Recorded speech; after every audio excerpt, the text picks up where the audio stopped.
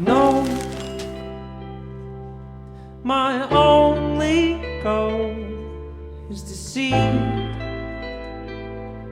when I'm only fast asleep. It takes more than strength to find this peace of mind. Live is what we do most, and I think what we do best. Records, come for us so far every 2 years, even though we've only done two. There's one 2 years ago and there's one now. But live is what we spend most of our time doing, and that's how we earn our living. So it's kind of the most important thing. So everything's kind of directed at what we're eventually going to do on stage, at least with this record. The first record was all the songs were live songs, and then we put them on record. Whereas with this one, we had only played those early songs, Handshake and Sleep Alone. We'd only played those songs live, and then like 8 songs out of the record that we made had never been played live before. So we were kind of used that to our advantage in 2 different ways. One, that we were kind of like, we can kind of do whatever we want here because these songs have never been played. They're not set in stone. We can change them. We can put any kind of instruments on them. And we kind of played around and experimented, but we were also kind of thinking, this has got to translate to, a great live show. So it was difficult and kind of frustrating at times, but a lot of fun to always have that in your mind that one day these will be played on stage. So I'll hold it close to my heart beating with every step. Hold it close. How Sleep Alone came around is kind of true about the whole pod thing. It was written when we kind of just came off tour and we were just moving into Glasgow, and we were spending setting up the studio and getting everything together. So we were there for quite a long time, and I was so just not used to being in one place for any amount of time ever. And it's kind of weird that messed my sleeping pattern up. I've got so used to being in a different time zone, all the time. I can kind of sleep anywhere, but it was such a shock to my system to be on the same time zone for more than a week. And so I tried a few options at helping me get to sleep, and that particular one just sent me into these crazy dreams. And I started keeping like a sort of dream journal sort of thing, because the stuff that was happening in there was really, really weird. I don't want to go into it, but I thought it would be really cool to write a song about dreams. And Kevin and Sam, they really hate hearing about my dreams. So that song was kind of passive aggressive in a way, letting off some steam. No, but it was kind of a way that I could talk about it without annoying everyone. We only know what we see, 'cause we're always fast asleep. Cover of our album Beacon by Two Door Cinema Club is created by a French collective called Megaforce, who based themselves in Paris, and they did the artwork on our first record, and they directed the music video for I Can Talk as well. We kind of just played them some music and said what we liked stylistically, and then said, go do something. And then they did do something, and this was the first thing they did, and we said, that's awesome, we love it.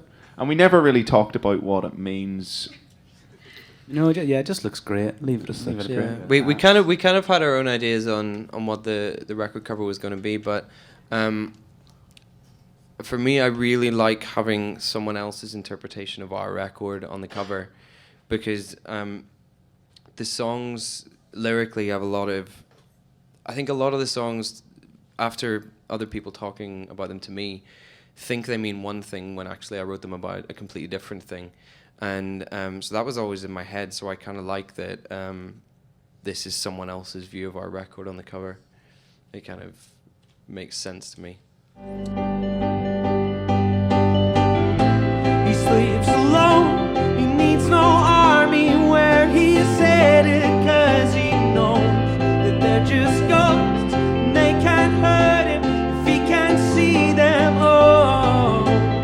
I don't know if it's my favorite song on Beacon because I don't have a favorite song, but I think the song that I'm most proud of, kind of getting there and completing is Beacon itself, and I mean that was one of the main reasons that Beacon was suggested as a title for the record, is that it kind of encompasses everything about I wrote it from my perspective, but it meant so much to all three of us about our lives.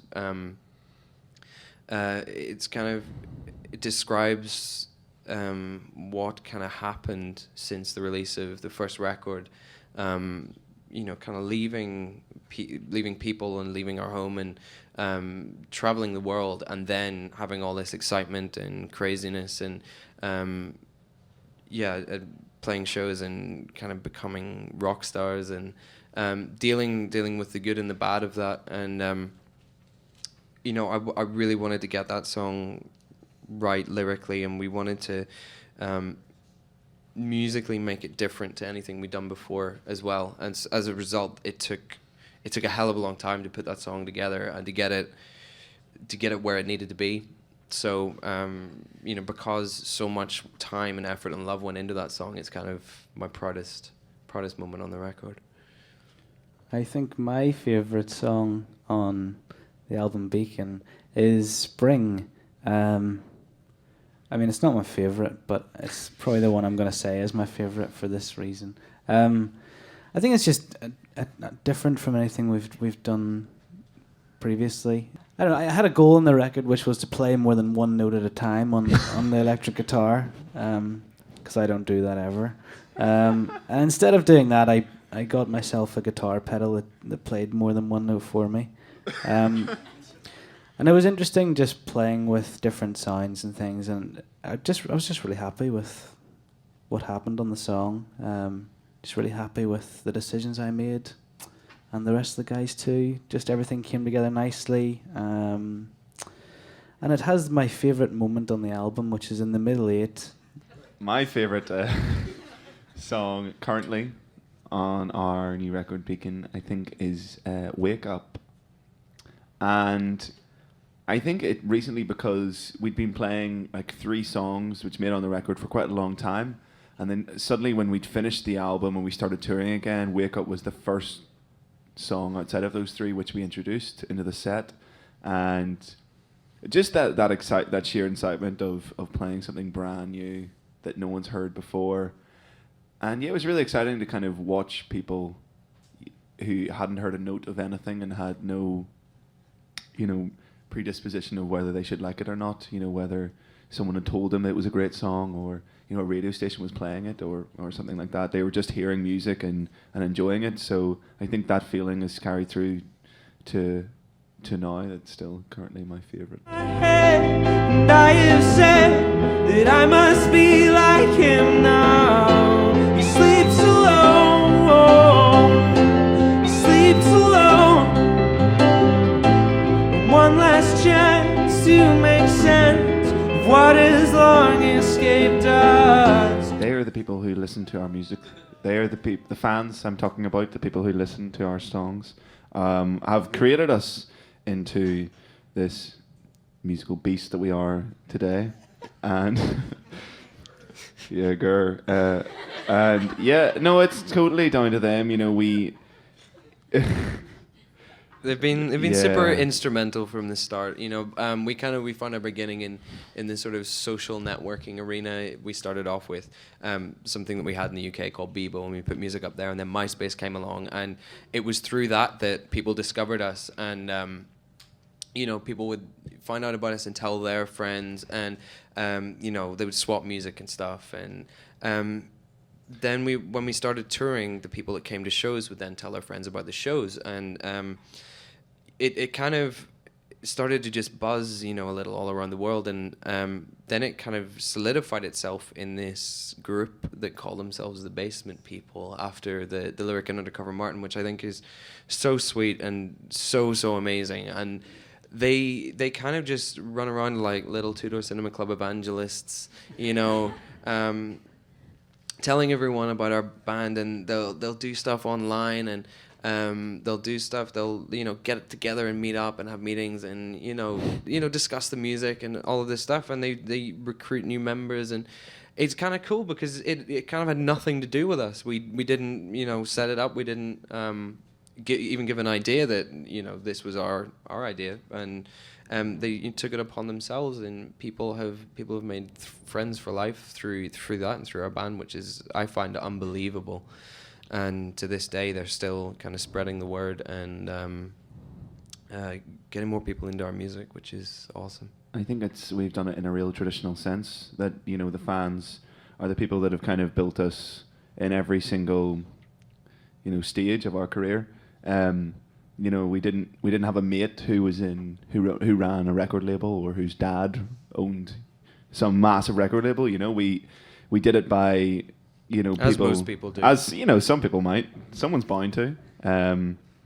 We didn't have that. We didn't have loads of money. We just were kind of writing songs and putting them online, and people were listening to them. And that's how we first got discovered. And in terms of the industry, that's how we first got discovered by the people. And then again, for the first 6 or 8 months after the record came out, we weren't getting written about in magazines or played on the radio very much. And but people were still coming to our gigs, and they were the people that forced the radio stations to play us, and the major magazines to write about us. And then to this day, they're still the ones here, calling in and saying, play the new Two Door Cinema Club single. So, in every single stage has been instrumental. Oh,